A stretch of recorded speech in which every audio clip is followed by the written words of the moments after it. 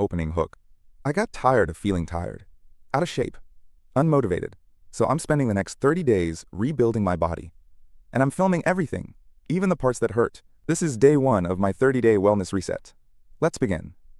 The camera jumps between alarm fails, a tired face in the mirror, and abandoned exercise clothes. You can feel the weariness in the room. That's the honest beginning. Not a flashy before and after, but one real person deciding to change the trajectory. If you've ever promised yourself, tomorrow, this one's for you. Ready to watch the messy work of starting? Let's go. Intro montage. Quick cuts, meal prep, kettle boiling, shoes laced, first squat attempt, a slow sip of water. Upbeat music carries a rhythm that's hopeful, not triumphant. I want you to see the little moments that actually add up. Chopping vegetables, setting an alarm earlier, writing down one small goal. None of it promises instant transformation, but everything promises possibility. Over this next 30 minutes, no, 30 days, we'll track the sweat, the setbacks, the tiny breakthroughs. I'll share the plan, the data I'm measuring, the science behind habit shifts, and the human bits you don't show on Instagram. Let's meet the starting line. Scene 1, starting point. Okay, full honesty, I haven't worked out consistently in months. I sit way too much. My energy is low. Today, I'm documenting my day 1 stats so we can track what changes. The camera sits in soft natural light, the bathroom mirror catching a candid face. This is where metrics become motivation, not judgment. Numbers are just tools, a baseline that tells us where we were so we can see where we go. If you're following along, grab something to write with. We're going to be accountable to ourselves. Measurements and tests. On-screen overlays pop up. Weight, a body fat estimate, waist, chest, hips. Then performance markers. A push-up test. How many clean reps until failure? A timed plank. Resting heart rate measured before coffee. Don't let these numbers scare you. I'm not chasing perfection. I'm collecting honest data. I note that my push-up form falters at 20. Plank fades at 60 seconds. My resting heart rate is higher than I'd like. These are not excuses, just signals. Over the next 30 days, we'll revisit each one and celebrate improvements, however small. Emotional honesty. Why this now? Why am I doing this? Because being tired leaked into everything. Work, relationships, my sense of self. It's easy to let small compromises, extra snacks, skipped workouts, later bedtimes, add up to a life you don't recognize. This reset isn't about punishing myself. It's about choosing energy, clarity, and better mornings. If you're watching because you want to change, the first thing to know is this. Shame is not a missing ingredient. Curiosity and consistency are. Let's trade blame for curiosity and see what happens. Scene 2, meeting the plan. I pull up a digital board and a battered notebook. Rule number 1, move every day. Rule number 2, real food, no junk. Rule number 3, drink enough water to float a boat. Rule number 4, sleep like a baby, a happy one. Rule number 5, track it, because accountability matters. Those 5 rules are deliberately simple. Complexity is the enemy of beginning. We'll have structure. 3 focused workouts a week, 2 active recovery days, and daily mobility. Meals are built around protein, vegetables, fiber-rich carbs, and healthy fats. Hydration goals become non-negotiable. Tracking doesn't mean obsessing, it means paying attention. Rule number 1, move every day. Moving every day isn't about punishing exercise, it's about consistent stimulus. Some days it will look like a full gym session. Other days it's a 20-minute walk or a 10-minute mobility flow. Why this matters? Regular movement boosts mood, improves circulation, and makes harder workouts easier. The physics of progress is simple. Small, consistent inputs create meaningful change. I schedule movement first thing when possible, because willpower dips as the day goes on. Want a practical trick? Put your workout clothes where you can see them. Visual cues are powerful. Rule number 2, real food, what that looks like. Real food means whole foods most of the time. Lean protein, colorful vegetables, whole grains, legumes, nuts, and seeds. Not a diet, but a pattern. Instead of no carbs, I aim for carbs that fuel performance. Sweet potatoes, brown rice, oats. Instead of no sugar, I prioritize fruits and fiber. Meal prep is my secret weapon. Roasted veggies, grilled chicken, an easy grain bowl. When hunger hits, prepped food beats impulsive choices. We'll also talk portion awareness, not deprivation. The goal is sustainable swaps. You can repeat for weeks, months, a lifetime. Rule number 3, hydration. I set a daily water target and use a big jug to make it visual. Hydration affects energy, cognitive function, digestion, and even hunger cues. Simple rule, sip consistently throughout the day. Add a slice of lemon or a pinch of salt in sweaty weather. If you're trying to kick soda or habitually caffeinate, replace 1 drink a day with water. Small change, big payoff. Over this month, staying hydrated becomes baseline, not a heroic act, just something you do. Your mood, skin, and workouts will thank you. Rule number 4, sleep. Sleep is the invisible performance enhancer. I prioritize 7 to 9 hours and build simple rituals. Consistent bedtime, dim lights an hour before bed, and turning off screens.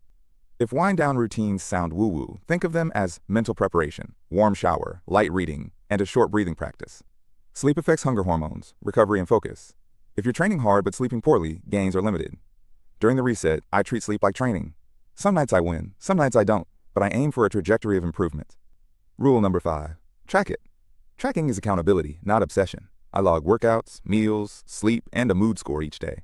The simplicity of a checklist reduces decision fatigue. Seeing streaks builds momentum in a way that feels emotional and practical.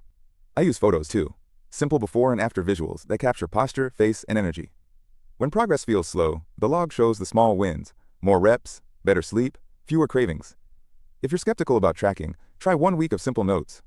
It's amazing how much clarity a single line a day can bring. Weekly goals and tools. We set weekly goals that are behavioral, not just numerical. Examples: move 5 days, hit 80% of hydration target, prep 3 meals, get at least 6 sleep sessions over 7 days. The tools are basic: a notebook, a timer, a reusable water jug, and a simple workout plan. I also recommend a heart rate monitor for resting heart rate trends and a basic scale or tape measure for consistency. Apps are optional. Calendars and alarms often work better. The point is to make the plan doable, visible, and measurable. Small weekly wins compound into real change. Scene 3, Week 1, Painful Reality. Week 1 is honest and uncomfortable. The first gym session feels heavy. My legs complain, breath shortens more quickly than I remembered. I film myself struggling through a basic circuit. Squats, rows, planks. The camera captures the grimace and the small smile after finishing a set. That's important. Celebrate the finish, not just the effortless ones. Food swaps are hard. Saying no to late-night snacks feels like a workout in itself. This week is about showing up even when the results are invisible. If you've ever wondered whether the best part is starting, the answer is yes. Starting matters. Week 1, Food Struggles and Strategies. Snack time reveals the real battle. There's a moment where your hand reaches for the familiar chips, cookies, a quick sugary fix. Here's a tactic that helped me. Create friction. Keep treats out of sight and replace the immediate grab with a prepped alternative. For example, instead of cereal at night, have Greek yogurt with berries or a handful of nuts. Prep a carrot and hummus box. Prepare a herb-infused water bottle. These small shifts reduce decision fatigue and make the healthy choice the easier choice. Week 1 is a practice round for better defaults. Week 1, Mental Obstacles and Tiny Wins. Mentally, I face an old internal critic. You'll never stick to this. I counter by reframing. What if I only had to do this for 7 more days? Breaking big goals into tiny, immediate tasks. Show up today, make a good food choice, sleep earlier, removes the overwhelming forever pressure. The tiny wins arrive. A slightly longer run, a craving resisted, an extra hour of sleep. Those small wins ping your reward system. By the end of week 1, there's no dramatic change in the mirror, but there's a shift in how I feel. Lighter, more hopeful. That momentum is real. Week 1 check-in, recap. Week 1 done. 0 magic results yet, but I showed up, and that's a big win. We review the metrics. Maybe a small dip in weight, a tiny improvement in plank time, an extra representative in push-ups. More meaningful are the subjective wins. Feeling a little more energetic in the afternoons, fewer mindless snacks, and a new bedtime ritual. If you're watching and thinking, I'd like that, remember that the most important metric is attendance. Did you show up? Keep that streak alive, and week 2 will reward you. Scene 4, Week 2, the shift begins. Week 2 brings surprises. The workouts start to feel less like punishment and more like a part of the day. I notice cravings shifting. Instead of a bag of chips, I want a post-workout smoothie. My energy has an upward curve. That's the early power of consistent input. Tiny physiological changes add up. Muscles start to remember. Sleep gains depth and mood lightens. There's joy in a small PR. A few extra push-ups, a longer run. Those moments spark confidence. It's not dramatic, but it's real. The internal voice says, I can do this, and that quiet belief matters. Week 2, Morning Rituals and Sleep Improvements. I start mornings intentionally. A glass of water, a light mobility routine, a protein-rich breakfast. Those rituals create a scaffold for the rest of the day. Sleep shows measurable improvement. The mood score climbs, and I'm waking with more clarity. A consistent bedtime, reduced late-night snacking, and made mornings easier. Small environmental changes, blackout shades, phone-free time before bed, compound into better rest. The result is more energy for workouts and better recovery. Sleep isn't an afterthought anymore. It's part of the training plan. Week 2, Habit Formation Theory, short. Why did week 2 feel different? Because habits need repetition. Psychologists suggest it takes weeks to solidify new behaviors. Neural pathways strengthen with repeated action. The brain creates shortcuts. That's why consistency beats intensity early on. The biological changes are subtle. Better neurotransmitter balance, improved blood sugar regulation, and slightly greater mitochondrial efficiency. You won't notice overnight, but those changes lay the foundation for more dramatic improvements later. Celebrate the repetition. It's doing the quiet work that pays off loud later. Week 2, Social and Environmental Adjustments. I notice how much environment influences choices. When I eat meals at the kitchen counter rather than in front of the TV, I eat slower and enjoy food more. When coworkers bring donuts, I have a plan. One polite decline, or I bring something to share that fits the goals. Social support matters. Find a workout buddy, or post your progress to a friend. Even small nudges, a supportive text, a non-judgmental, "how's it going?" change trajectories. Week 2 is when you can start inviting others into your new rhythm without feeling judged. That social momentum amplifies progress. Scene 5, Week 3, the wall.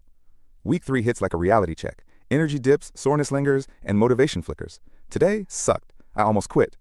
But I don't want to start over again.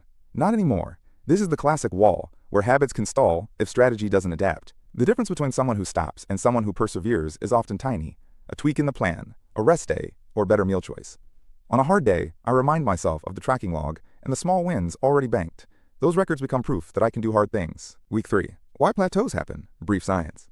Physiologically, plateaus happen for reasons. The body adapts to the current load, neuromuscular fatigue accumulates, and caloric intake versus expenditure may need adjustment. Stress and sleep also affect progress. When gains stall, it's not always a failure. It's a signal to change stimulus. That's why I adjust training variables in week 3. Swap a heavy session for a mobility day, shift representative ranges, or increase protein. Plateaus are not the end. They're a prompt to be smarter, not harder. Respond with curiosity, not shame. Week 3. Mental tools to push through. When motivation fades, I lean on systems, the checklist, accountability messages, and commitment devices. I also use micro goals. Just show up for 15 minutes. Do 3 clean sets. Take a 10-minute walk. Often, starting is the hardest part. Once you begin, momentum carries you further. I practice self-compassion, acknowledging the difficulty without letting it become an excuse. A memorable trick. Visualize doing one activity at the start of the day so the decision is already made. Momentum compounds, so focus on the next action, not the entire mountain. Week 3. Active recovery and adjustments.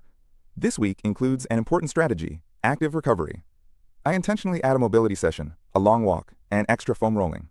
Recovery is where progress consolidates. I adjust my calorie intake slightly upward some days for performance, and I prioritize protein for muscle repair. These are small, deliberate course corrections, not abandoning the plan. I also consider variety, new workouts to break boredom, a different walking route to renew curiosity. Recovery and variation prevent burnout and renew motivation, setting the stage for week 4's progression. Scene 6, Week 4, Transformation Mode. By week 4, something shifts in the simplest way. It stops being a challenge and becomes a lifestyle. The workouts are still tough, but they're expected. My movement shows more authority. Squats feel steadier, breathing more controlled.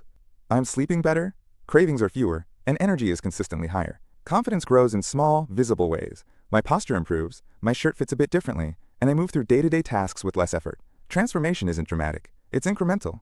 But these increments add up into something real that friends and family start to notice. Week 4, Training Sophistication and Joy. I start experimenting with slightly more complex sessions. A higher intensity interval one day, a heavier strength session another. The weights feel manageable, and I take joy in the efficiency of movement. That joy is a powerful motivator. When exercise stops being punishment, it becomes play and performance. I also take a moment to appreciate the changes that don't show on scales. Better posture, less lower back discomfort, improved mood stability. These invisible wins are often the most meaningful because they change daily lived experience. Scene 7, Final Result Setup. Return to the day 1 setup. Same lighting, same clothes. The moment of truth is a quiet, deliberate pause. I pull up the day 1 metrics and compare them to day 30. Push-up counts, plank time, resting heart rate, waist measurement, and a subjective energy score, all laid out side by side. The camera lingers on the simple, honest numbers, and on the face reflected in the mirror. This isn't a manufactured reveal with filters or exaggerated claims. It's real. The difference is not a magical transformation overnight, but a steady accumulation of better choices. Show metrics and before/after. Dramatic comparison graphics appear, before versus after metrics. Weight changes modestly, body measurements shift slightly, but performance metrics show a clearer story. More push-ups, longer plank, lower resting heart rate.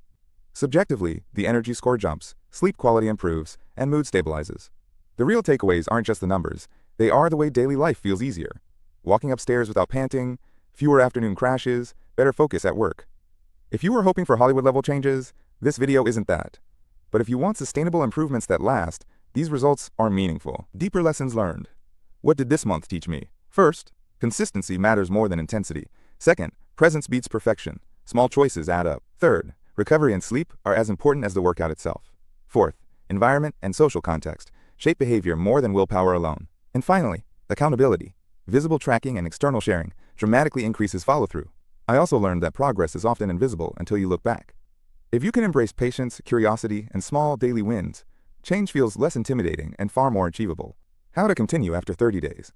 The 30-day reset is a foundation, not an endpoint. To sustain, transition from short-term plan to long-term routine. Keep the rules but evolve them. Add progressive overload to your training, diversify food choices to avoid boredom, and maintain sleep hygiene.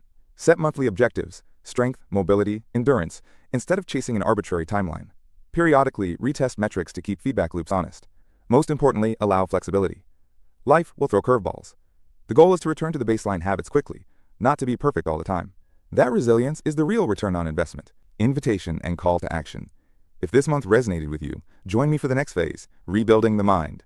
We'll layer mental training, routines for focus, stress management, and sustainable motivation on top of what we've built physically. Comment below, which rule do you struggle with most? Movement, food, sleep, hydration, or tracking? Share a small win from your week. Subscribe if you want to follow along. I'll post the full plan, printable trackers, and meal templates. If you found value, share this with a friend who needs a gentle push. Let's build momentum together. Closing emotional wrap. Change is messy. It's full of near quits and quiet triumphs. This 30-day wellness reset was not a miracle. It was a practice in showing up, adjusting, and choosing consistency over perfection. The greatest gift I gave myself was permission to begin without knowing the end. If you take one thing from this journey, let it be this. The hardest step is the first one, but once you begin, momentum builds. We're rebuilding life, one day at a time. See you in the next video, where we take the next step together.